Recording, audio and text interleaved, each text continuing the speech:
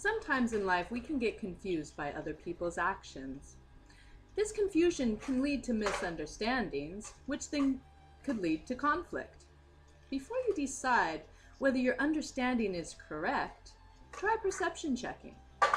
The first step in perception checking is to describe the behaviors of the other person that have led you to your perception.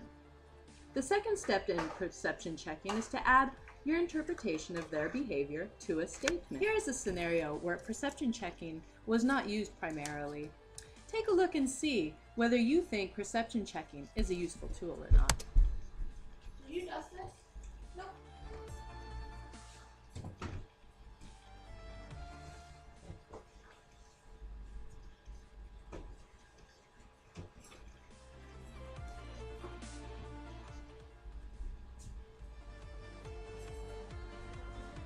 Did you dust this?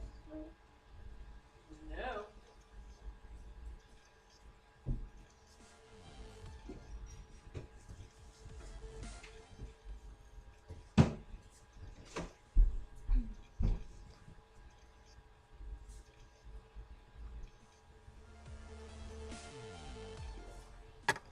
Did you dust this?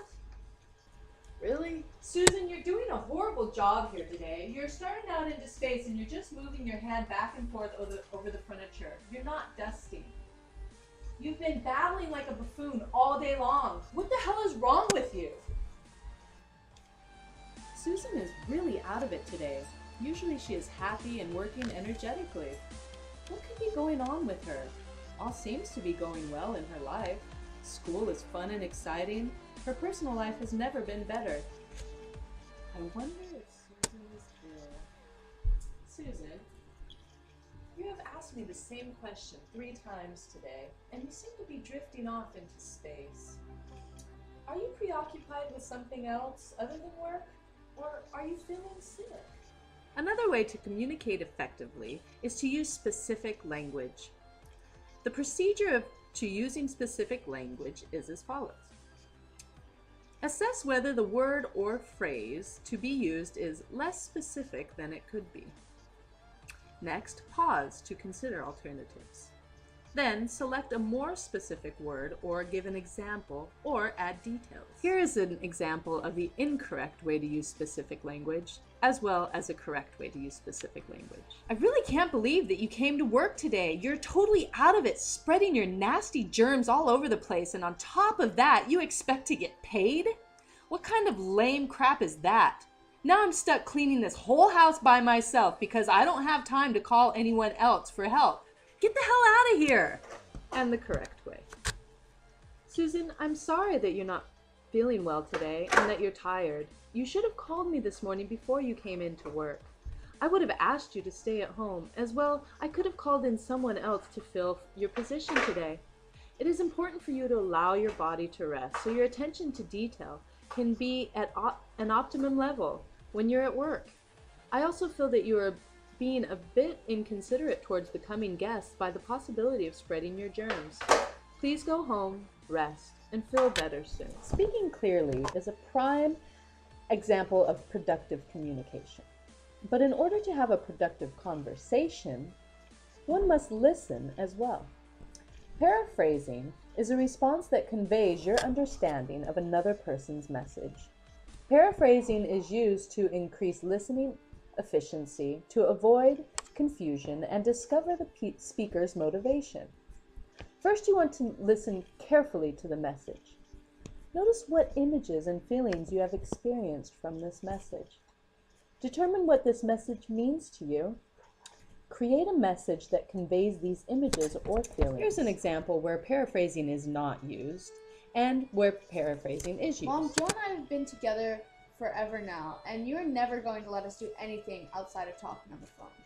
Damn right I'm not. And with the way you're talking to me now, you won't even be able to talk to him on the Well, phone. I feel that Joe and I should be able to go out on a date. We have been together for over a year, and he will be leaving soon for school this summer.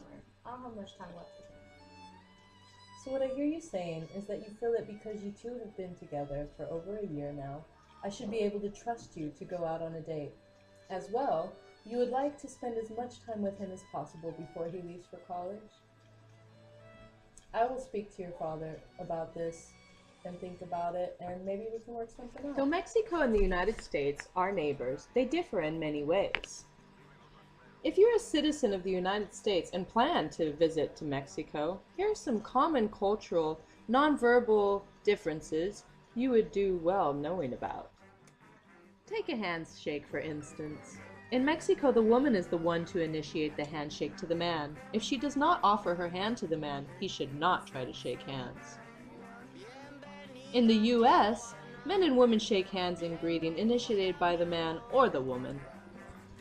During an engaged conversation, people of Mexico stand close together.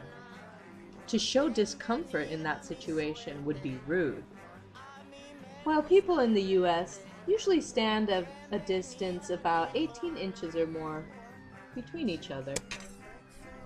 In the US, standing with hands on hips can show confidence.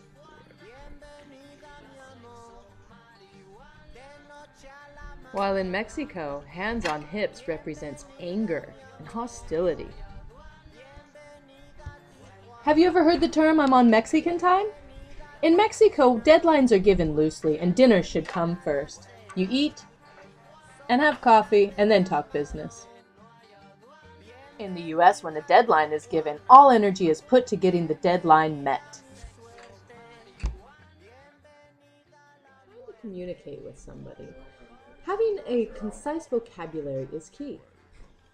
When you use appropriate words to describe your feelings, people will better understand you. The steps to describing your feelings are to identify the behavior that has triggered the feelings, identify the specific emotion that you are experiencing as a result of the behavior, frame your response as an I statement, then verbalize the specific feeling. Here's an incorrect and a correct example of describing feelings. Why isn't she calling me? She promised me she would call me. She knows I need to talk to her. I'm just gonna call her.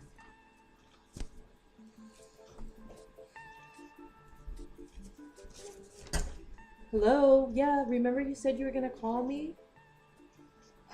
I can't believe you didn't call me when you said you would. God, you're so selfish. Do you know what I'm going through, but you don't even care. God, I can't believe she never called me last night. She promised me she would call me. I've been stressing all night. I'm just gonna call her. Hey. Yeah. Kinda bummed. You said you would call me after class last night, but you did not. I feel neglected. You know I'm having a hard time right now. Now that you know how to describe your feelings, do you feel that you are able to express yourself clearly? Things like what you want, what you need, or what you prefer? When you are assertive, you are able to stand up for yourself in interpersonally effective ways that describe your feelings honestly, while respecting the rights of others. The first step in being assertive is to identify what you are thinking or feeling. Then you want to analyze the cause of these feelings. And then you want to identify your real preferences and rights.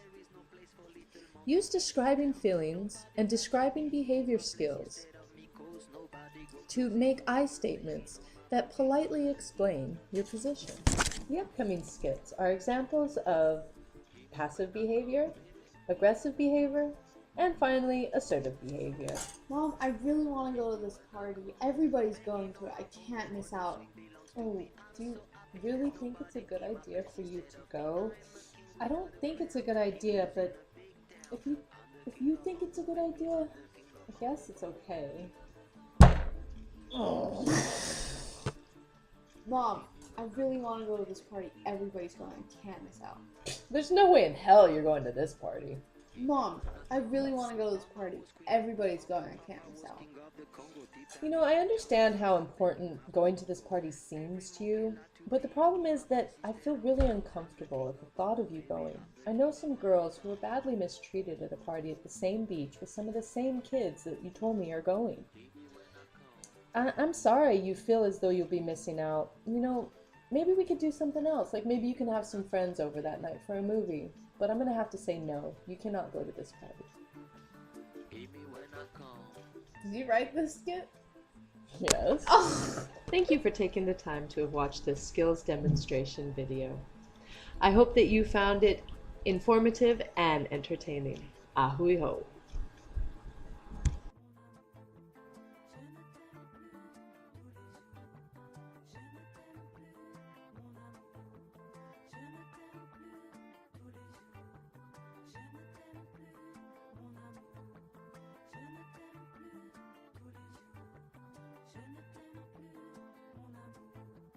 Parfois j'aimerais mourir tellement j'ai voulu croire. Parfois j'aimerais mourir pour ne plus rien avoir. Parfois j'aimerais mourir pour plus jamais te voir. Je ne t'aime plus, mon amour. Je ne t'aime plus tous les jours. Je ne t'aime plus, mon amour.